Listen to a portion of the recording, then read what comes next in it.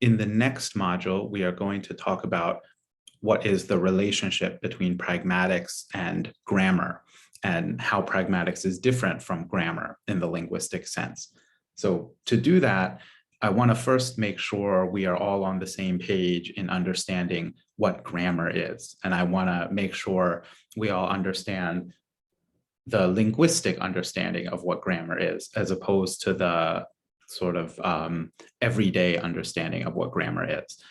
Now, I assume that anyone taking this class has already had a class on introductory linguistics, so you hopefully have learned about what linguists consider to be grammar. But just in case you haven't, or if you have a different background or you've learned in grammar a different way, this module is here to make sure that we all have the same understanding of what grammar is. So to start off, we can think about some sort of self-reflection questions. If you can answer all of these questions with confidence, then you might be able to skip this module because you already understand what grammar is in the way a linguist understands grammar. If you're not sure, then you might want to check the rest of this module to make sure that you understand what grammar is, so that you will be able to understand what we're talking about in the next module.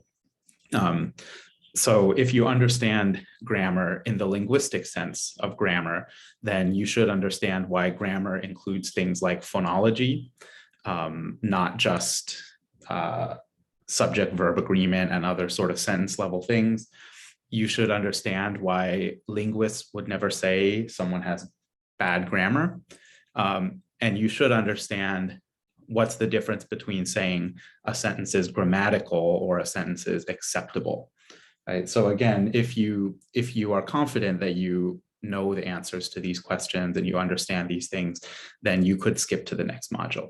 If you're not sure, then keep watching or keep reading so that you can understand what I mean when I talk about grammar as a linguist. So all of those questions can really be answered if we just understand what linguists are referring to when they say grammar. So for us, grammar is not sort of rules from a textbook or rules that you learned in school about how you're supposed to talk and how you're supposed to write.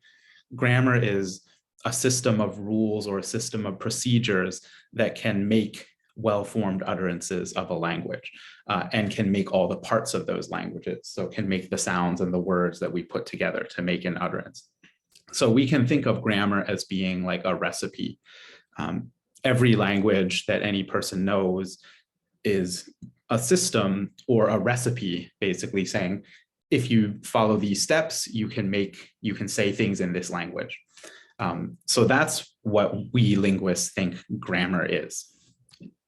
And thinking about grammar in this way, we can address some of these misconceptions about grammar that I mentioned earlier. So a lot of non-linguists when a lot of non-linguists use the term grammar, they're referring to very specific things, usually parts of morphosyntax. So for example, languages like English to a small extent and languages like French and Spanish to a much larger extent have subject-verb agreement. So if you say, I kick the ball or he kicked the ball, I kick the ball or he kicks the ball or you kicked the ball, you have to put a different suffix on those verbs to match what the subject was. Right? Languages like Japanese and Korean, they have suffixes on nouns to represent things like if that noun is the subject or the object or something else. Languages like Uyghur and German have both of those things. Right? So a lot of people think the word grammar just refers to that kind of stuff. And so sometimes people will say things like, I'm bad at grammar because I can't remember which endings to put on my verbs.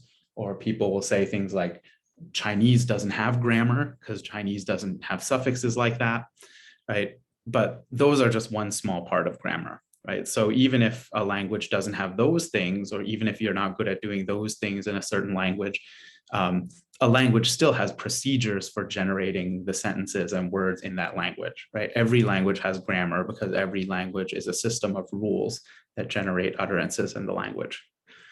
Likewise, there's no bad grammar, right? So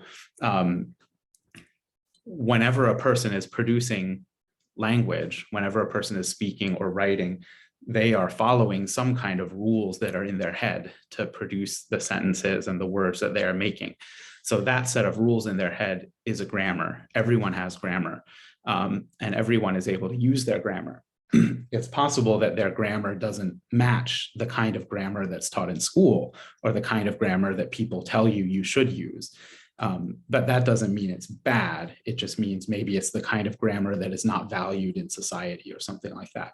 So issues when people talk about bad grammar or good grammar, these are really social categories, not linguistic categories. They have nothing to do with language itself, right? So everyone who ever speaks or writes has a grammar, and they have a fully formed grammar.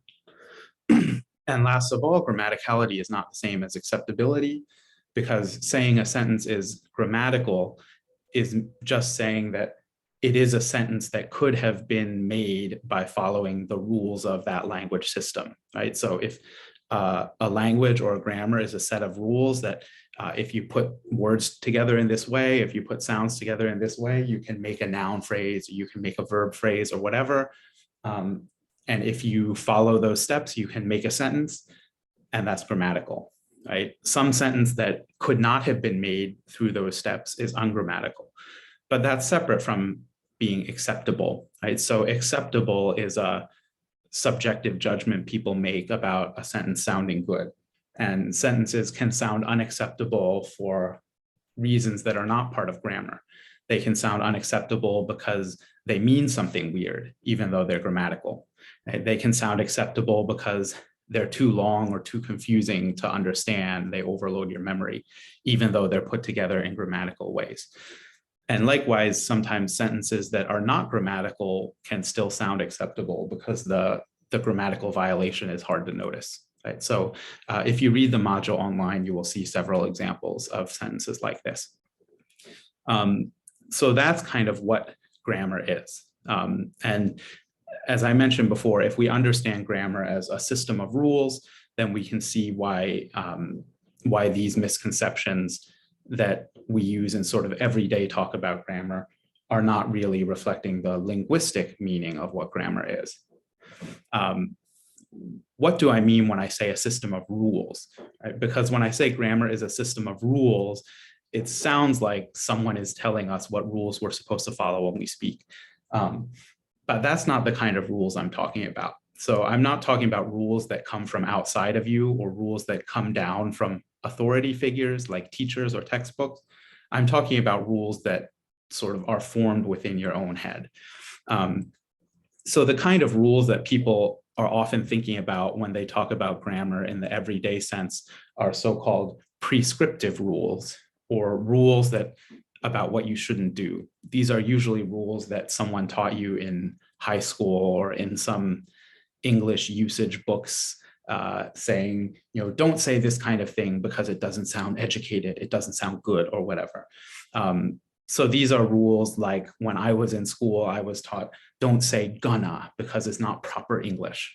Right? So this is a prescriptive rule. It's not part of linguistic grammar, right? It's something that society tells you you shouldn't say.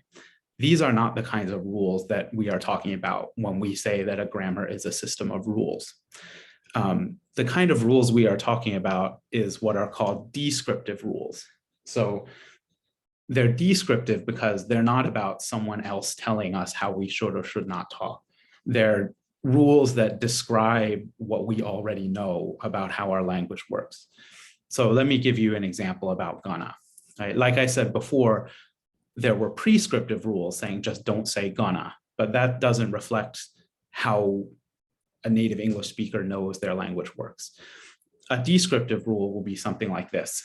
So we know that, like, if I want to say I'm going to beat you up, I can sort of shorten that into I'm gonna beat you up. So you might think gonna is just taking going plus to and you combine them and that gives you gonna. But actually that description doesn't totally capture how gonna works, because here's an example where that procedure will not give us a well-formed sentence. if I want to say I'm going to the store, you might think, oh, here I have going and I have to. I can put those together and make gonna. But that would yield a sentence like, I'm gonna the store, which is just not English, not grammatical English. No native English speaker would say this, right? So we have to sort of revise our rule a little bit to say that it's not the case that going plus to can always be combined into gonna. It has to be a certain kind of to, right? So specifically, it can't be the preposition to from to the store, right? It has to be the infinitive to. So like to do something, I'm going to do something. So actually, when we use gonna, we have some kind of understanding that this is how it works. The important thing is this is not an understanding that was taught in school or taught in a textbook or anything. In fact, in school, I was just told, don't say gonna. I didn't have classes about the correct way to use gonna. I was just told never say it. So the point here is I have some internal understanding of how gonna works. And that's not an understanding that I got from a teacher or a textbook or something. It's just something I developed as a user of the language, and it's part of my understanding of how the language works. So these are what we mean when we talk about descriptive rules. And a grammar supposedly is a system of all the descriptive rules of language. It's all the ways that you can use words or sounds or phrases in this language and still be using this language. So keep that in mind. That's what a grammar is. So when we talk about grammar in linguistics, that's what we mean. And then in the next module, we will look at whether pragmatics is part of grammar, how pragmatics is different from other parts of grammar, how pragmatics is different from grammar overall if we think pragmatics is not a part of grammar. So keep this concept of grammar in mind as we move on to the next module.